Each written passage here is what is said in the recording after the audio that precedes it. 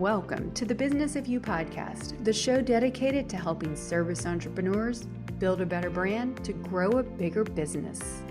I'm your host, Michelle Griffin, and I'm here each week empowering you to put yourself out there, sharing actionable tips and inspiring stories so you can create your personal brand, grow your dream business, and build your future, all while making more income and more impact doing exactly what you love. I'm super excited you're here. Now let's get going with today's show.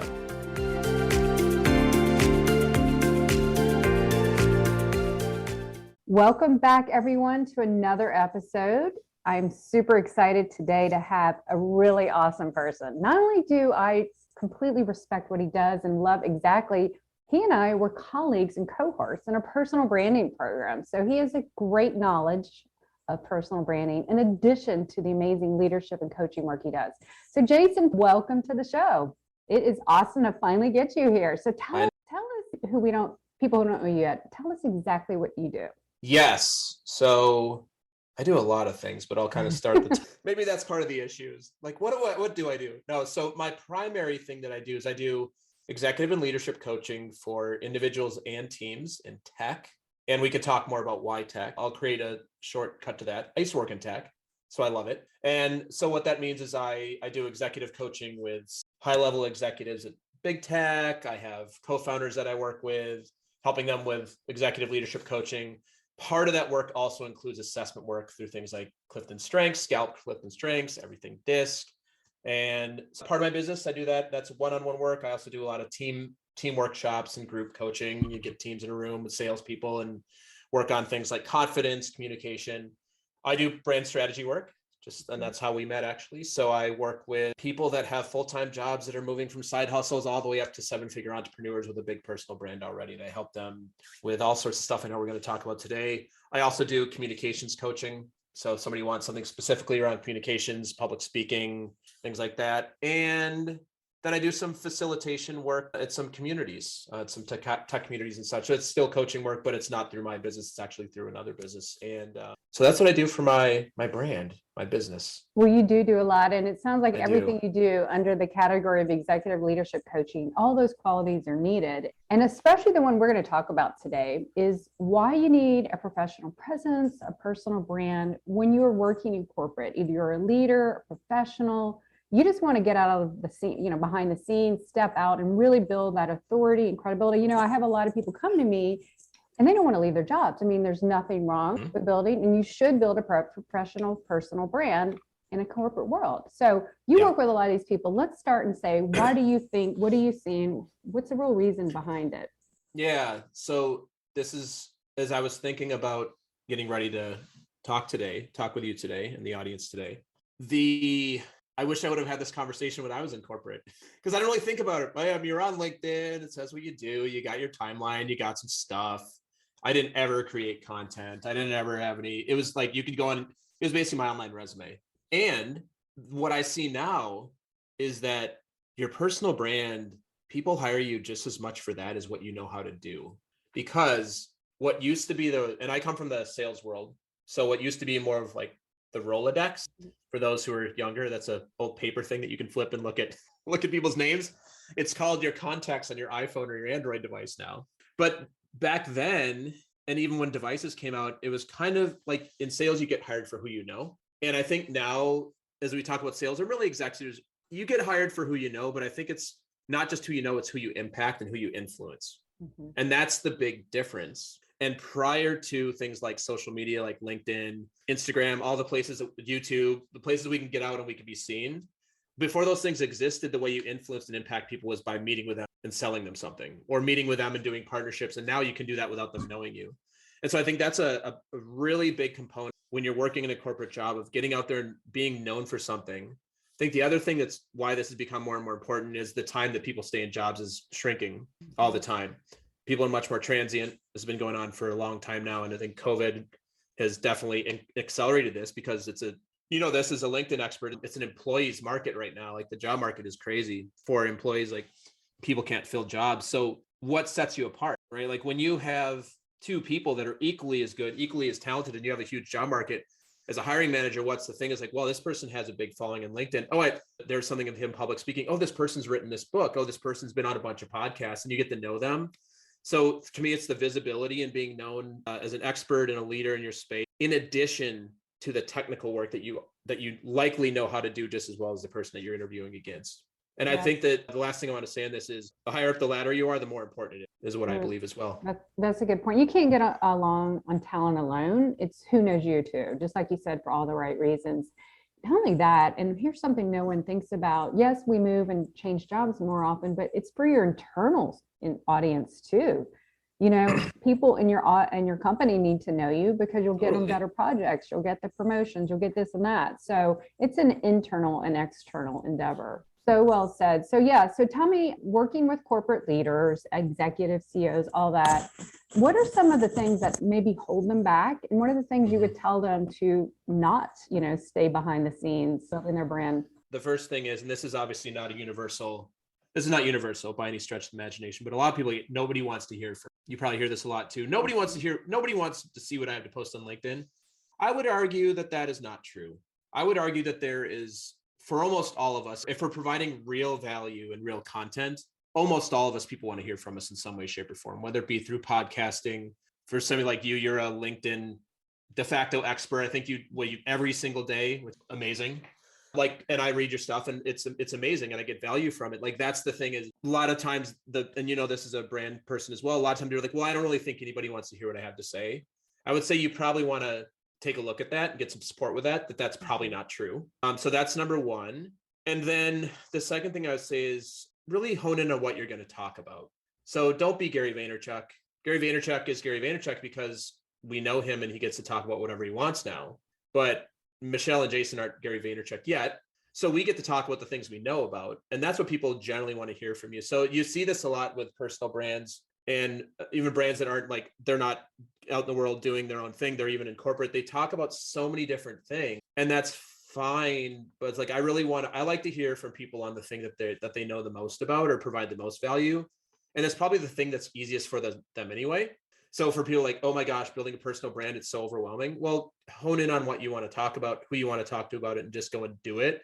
And also make it original. It doesn't have to be, that's the last thing. It's highly unlikely that anything you're going to come up with is going to actually be original. It's like, I have to be the next Simon Sinek, I have to come with, or I have to be the next Brene Brown. Like, you don't. I work in a space coaching, executive and leadership coaching, where I don't know that there's been any actual new leadership things, actual things, like even the things that, and I love Adam Grant, the things that he talks about are amazing. They're not new ideas.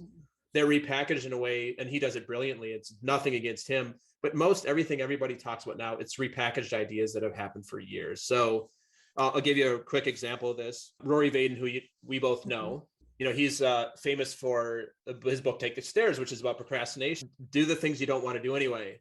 Well, it's the exact same premises as the 5-second rule, Mel Robbins, except her little spin on it is, count to 5 and do the thing you don't want to do. And it's like, they both were best-selling books and both have their own audiences, and probably people read both of those. So what's unique about don't procrastinate? Nothing. What's unique about how Rory did it and how Mel do it? That's the thing that we get to put on top of ours that makes it actually a personal brand. So 3 things. 1, people do want to hear from you. Most of you, there might be some things, depending what you talk about, there are probably a few people, but you probably know who you are. 2, just start doing it. 3, it doesn't have to be original. Just make it your uniqueness inside of it. That is brilliant. And that's exactly what I do when I work with my clients, because I say nothing, there's a million people or thousands of people like you, but the way you say it, only you can say it. Your point of view is what we need to hear, your perspective. And when I say point of view, I'm not saying being enraging and, engaging is what we need to be. I want to hear your spin, because that's the whole reason we do personal brands. You're attracted to the right people. You're personalizing yourself and your expertise. And so that's really well said. And that's why I really work with my clients to find some kind of packaging. When my packaging step is what little platform, kind of like Simon Sinek or Brene Brown or all the people. So that's really important. And we can all find that, because we all have a unique way with our skills, expertise, background, all the things. So that's huge. And I know you work with leaders on that. So, I get a lot of pushback from people who are maybe a little bit higher up in their company, and they think, well, the CEO doesn't have time, or someone else should handle it for them, or or, why would I even want to do that? I'm higher up in my company, or maybe even a mid-level. What would you say to that? And for the clients that you service, do you ever see that happening? I'll start with the second question first. If I work with a lot of CEOs of startups, they generally understand this is important. They generally don't know how to do it, and they understand that it's important, because the clients that I serve in tech, the most famous CEOs in the world are almost all in tech. Like, if you were to stop somebody in the street and say, hey, name the 10 most famous CEOs, it's likely they're all going to be in tech. I think if somebody asked me, those would be the Elon Musk, Jeff Bezos, Mark Zuckerberg, Tim Cook, formerly Steve Jobs. Like, that's because these people become celebrities because of the kind of the innovation and the way they change the world. So that's number one. When at that level in tech, people, startup CEOs generally understand there's a value to them doing it, because first of all, they want to speak, they want to be on podcasts, a lot of them write books. You need to have a personal brand to do those things of some type. That's number one. For more like corporate, I would actually ask them the question and say, what do you want to do next? And if all they want to do is climb the ladder, they might not need a personal brand outside of their company, and you can do it internally. And your personal brand is likely going to come from, this came to me, your personal brand is also created every time you interact with somebody. So, you and I are focused on external for people, but your personal brand is always being projected every time you're in a Zoom with somebody or in your room with somebody. Every single time. I had one of my great mentors said, every single interaction with another person is a marketing opportunity. It's like, put your best foot forward, put your authentic self forward. So I would say, I don't believe that you have to. So if somebody says, hey, I'm in the middle of my career and I'm at this company and this is where I want to be the rest of my life. First of all, say, it's going to change, because that's for sure going to happen. But two, if somebody's or they run a family business, they're like, hey, I'm inside the family business and I'm going to be here. I would say then maybe you want to think about your personal brand is how you're like, what are you talking about over and over again? Maybe that's not on social. Maybe that's not in a book. Maybe you're not on podcast. But for somebody who does want to be an industry leader, you want to do that outside of the context of just your company, because at the end of the day, your company wants to do that because it serves them. And when that company changes, gets bought, gets acquired, goes under, you suddenly are only known as like, so in the tech world, there's things called evangelists, right? Like they're like chief evangelists of BlackBerry, and they go and they talk at big conferences. That's great. And then when something happens to that company, you have to learn it all over again, versus I'm an evangelist in cybersecurity. I'm an evangelist in branding. So I would say, like, for those who are interested in moving around, you want to do something. And if you're an author, a podcaster, or have any desire to be your own thing in the world outside of your company, that's when you need to do it. Absolutely. And start today. Yes, start today. I have clients come to me, and I know are the ones that are really going to excel. And you probably see this with all the work you do. They're a little bit impatient. And, so I say, well, start today. But this is not a one and done. It's something you commit to and you make a daily investment. I call it like compound interest. So that's why I'm always out there on LinkedIn. Yeah. Put yourself out there. I mean, I saw it. I see it with my clients. You saw it when you got really crystal clear on LinkedIn, right? It's totally phenomenal. So tell me some of the things that you suggest. I know we both, work kind of in the same area, but some of the things you suggest when you work in the coaching part with your clients to get out there. Yeah. So I'm going to give you some tactical things here. So if you are, I'm going to use an avatar of a CEO of a tech company, a small tech company. They're like 10, 20 people, smaller. The first thing I would say is you want to be the face, not have you be the CEO of the company. And the reason is you don't book a company to come on a podcast. You don't book a company to write an excerpt in your book. You book Michelle, the CEO of X, to be on the podcast, to speak on a stage at CES. Having been the CEO and the founder of that company is likely going to get you there. But when I'm working with clients, I like to put them front and center. So I can give you an example of this. I have a client, they're in the technology sector, and they were running blogs, and it was the company blog. I said, I really think you should strongly consider making this your blog. Big picture of this person, name underneath, and then with CEO of, and he told me last week that based on not just me, like the blogs are great. Like you got to have good stuff too. It's not just as simple as that they're actually finding and coming to their website and inquiring about services and offerings because of that. Because you can say, oh, this guy's on this podcast. Oh, like, let me look him up. Oh, he's a CEO of this company. Oh, what does his company do? And I also think that the human, like the psychology of it is and maybe this is the way I work, but I'm much more interested in Michelle than in Michelle's company. because I know you have a company behind you. So by connecting with you, I can connect with your company. Again, like the psychology of, I think business is, for a lot of people, it's just an entity that's not actually, it's almost a made up thing in certain ways, versus when I have somebody in front of me that I can say, like Tim Cook, CEO of Apple, like, yes, he's the CEO of Apple, but I also know quite a bit about Tim. He's obviously doing branding. We know what Tim talks about. We know what he stands for. And that actually builds, for me personally, that builds an emotional connection to him and to the company. And so that's the first thing. The second thing is, when you are inside of a company and you're using your personal brand to drive your own, using it to drive corporate, be really specific about what you talk about and make sure it is super aligned with what you can actually do for your clients. So don't, and this is the caveat, if that's what you want to do. So if you want to be, hey, we're a company and we sell widget A, and my point of being a personal brand is so we sell more widget A, you better be talking about something that is going to have people buy more widget A. On the other side, if you are, hey, we sell widget A, but I actually want to position myself as an author in the industry, I want to be known as an artificial intelligence guru, and we do one small part of that, then you may want to talk about different things, but you may want to actually separate yourself further from the company. So that's like kind of where I usually look at it, is like, what is it? And this is where the coaching comes in, is like, what is it you really want, as opposed to this is the way to do it. That's a good point. Yeah. Strategy versus coaching. Absolutely. Tactical strategy, we're going to do it this way. This is the 25 steps, versus coaching. Well, what is it that you really want? What are your end goals? And the client will generate that. I think that's so smart. I always start with that too. I'm big on strategy. I see a lot of people on LinkedIn and building their brands. They just say they're building the brands, but there's no strategy. There's no rhyme or reason to it. And I also see people coming to me that are in their company, in their career, but they almost want to have like a side brand. They want to be known as a thought leader in this space, exactly like you said. So that's a good point to absolutely know. So give me some examples or some stories about people that you've known that, gotten out there clear on LinkedIn or want to, that are really succeeding. Yeah. You said something I want to improv here for a minute with you, Michelle. Sure. You're like, some people don't have anything.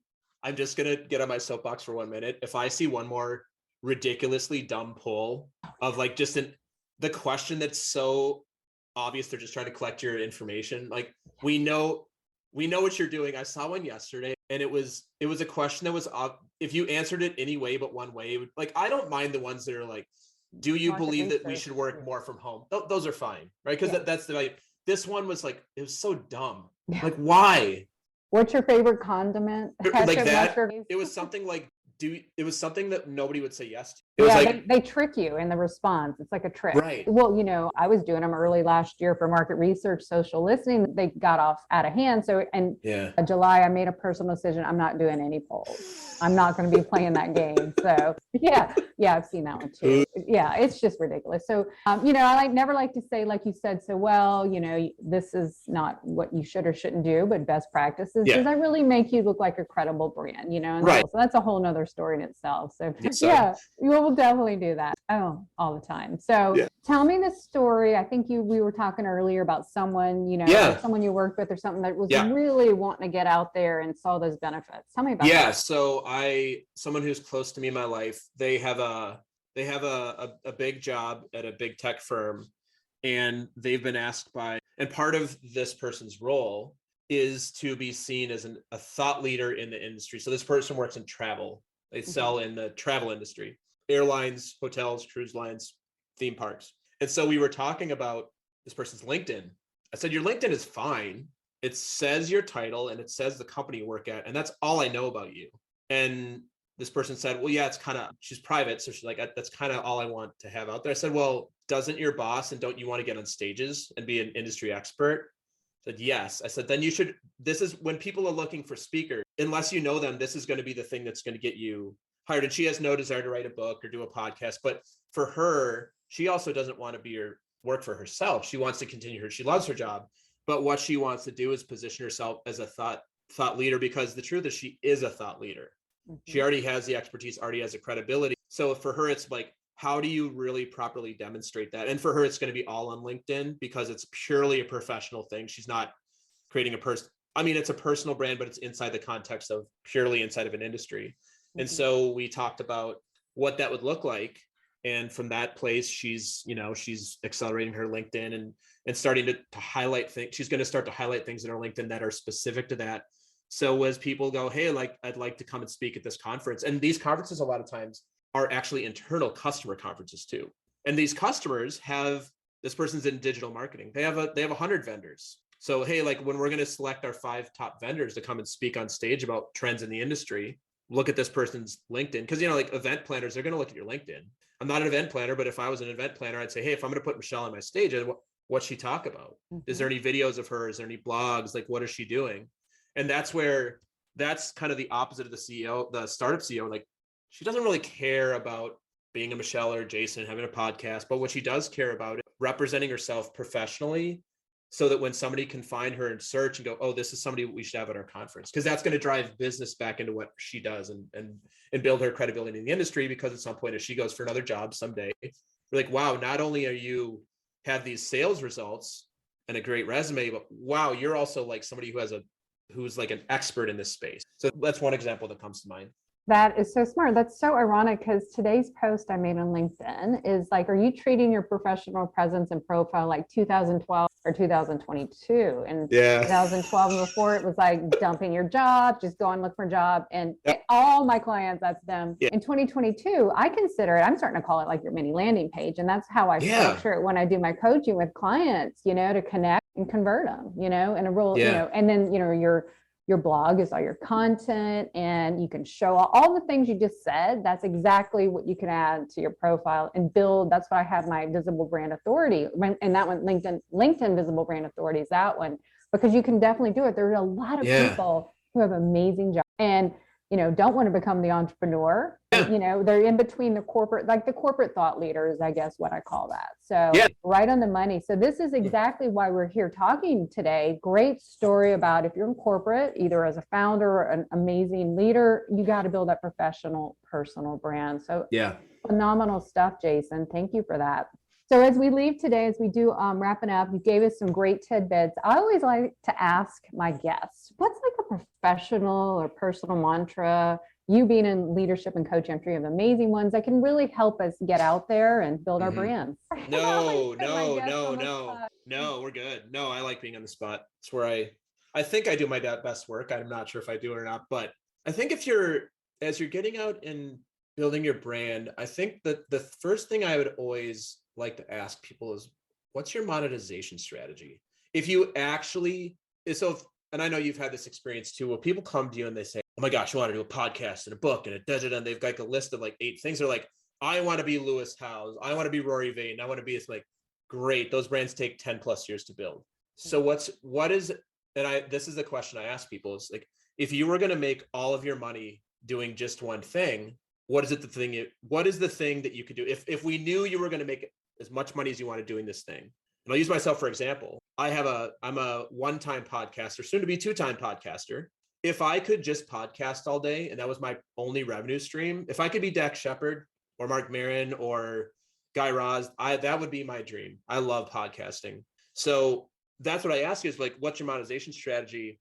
And if they don't have one, say, well, like, what would be the thing that would have you, it's like where we met, we call it the life well lived test. Like you're at the end of your career, say, hey, like, was it joyful? And you're like, what would be that thing? For some people, it's going to be writing a book, right? Some people just have that calling to write a book. You are not talking to one of those people. I do not like writing. Writing a book is my worst nightmare. For some people, that would be podcasting. For some people, that would be a lot. We know a lot of people together. They want to be on big stages, making 40 to 50K keynote speeches. Those careers take 10 years too. So somebody's like, well, I want to be a keynote speaker. So hone in on your content around that and start positioning yourself as that now, as opposed to what most of us do, myself included, is shotgun approach. Hey, I've got this expertise. Boom, boom, boom, boom, boom, boom, boom, boom, boom. And say, hey, I found you. I like your stuff. What do you do? And a lot of people are like, I don't do anything right now. Or they do like 8 things. And at the end of the day, you get to do the 8 things when you do the one thing well. Gary Vee, Tony Robbins can like sell you, like he can literally sell you a used car at this point. Like if the Tony Robbins used car dealership, you're like, oh, Tony Robbins. If you like Tony Robbins, not everybody likes Tony Robbins. But that's also a good thing too in marketing, is the polarization. But I would just like get really clear with somebody if they came to me or I was working with them or talking to a friend, like, what is it why personal brand in terms of like, why does it make a difference for you? I'll just tell you, I have a couple clients that they're like doctors, like well-to-do doctors. They don't want to do anything besides And that's great. And they have a really strong why for it because they're passionate about it. And they make a good doctor's salary. So they're not going to leave their, doctor's career to go and become a podcaster. But what they do care about is the impact they have in their community and on the people they serve. So it's like, your why is that then great? Like, let's get you on YouTube. Let's get you on a lot of podcasts. Let's get you just talking to people about what you're expert in. If somebody says, hey, I really want to be an author. Okay, start talking about how you're an author now and what you talk about and start working towards that. So that's the thing I say, like you said, start somewhere and be specific and be clear about how you want to make money, because that's the thing that's going to take you through when the times are not fun, because they're not always going to be fun. Any entrepreneur will tell you there are times when it is not enjoyable. And the thing that keeps you going is that vision of, well, I can't wait until I see my book on the shelf someday. I know you've been there too as an entrepreneur. Like, yeah. It's the up and downs, but I'm coming on 2 years. I wouldn't have it any other way. I wish I'd done it sooner, but I embrace entrepreneurship. I embrace people where they are, my professional corporate clients and my entrepreneur clients, to get them out there. So I think we covered the bases. Either way, you got to get out there, and just start today and get that clear positioning. So Jason, you have been so fun to talk to. You and I know, could talk for hours. Two extroverts who love podcasting, love to talk for time, right? So I do want to add one really quick in the interest of interrupting you, shutting us off, because I'm being facetious. The other thing I'd say for people listening, you're good where you're at. You're fine. There's nothing wrong with where you're at. Like you said, everybody's impatient and I got to be this and I got to have my this. You're good where you're at. It's a process. You're going to be fine. Get the support you need, get the help you need, and you're good where you're at. Oh, that's a great way to close it out. So tell us, I want people to know exactly where to go to find you and tell us about your podcast, all the Yes. Yeah. So the best way to connect with me, find out all the stuff I'm up to. If you want to work together, you just want to connect. I love to hear from people. I'm super curious. I'd love to have conversations. You can find out more about me on my website. So it's my just first and last name.com. So that's pretty easy. From there, you can connect with me on LinkedIn, Instagram, Facebook, all the spots. Podcasting, I have a podcast. It's called Talking to Cool People, and that's literally what I do. And I talk to people from literally all walks of life. I've had Navy SEALs on. I've had people who've owned miniature golf courses. It's like a very wide range of people. So that's my fun kind of hobby podcast. And I have a new podcast coming out called Talking to Tech People. That's a business focused podcast where I'll be talking to people who are in tech or people who serve people in tech. So this would be co-founders, CEOs, big people in big tech, venture capitalists, people who market in tech, PR in tech, serve that community. That's a community I serve. I'm passionate about coaches in tech. And so that'll be coming out very shortly. And I'd love to hear from you. I'd love to just connect with people. You can see what I'm up to on my website, and you can tell I like to talk. So I'm always like to have fun and connect with people and see how I can support you.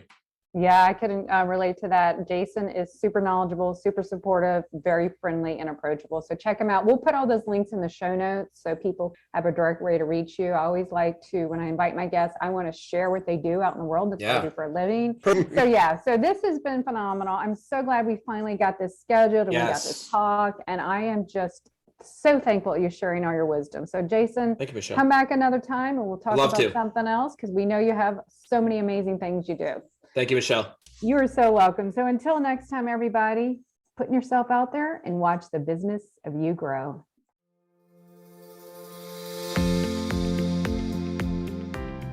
Thanks so much for tuning in today. We definitely need more impactful entrepreneurs like you out there. So if you'd like to learn more about how I can help you build your personal brand to grow your business, please check out yourbrandyourbusiness.com. And until next time, you have a brand to build, a message to share, and people to impact. Now go put yourself out there and watch the business of you grow.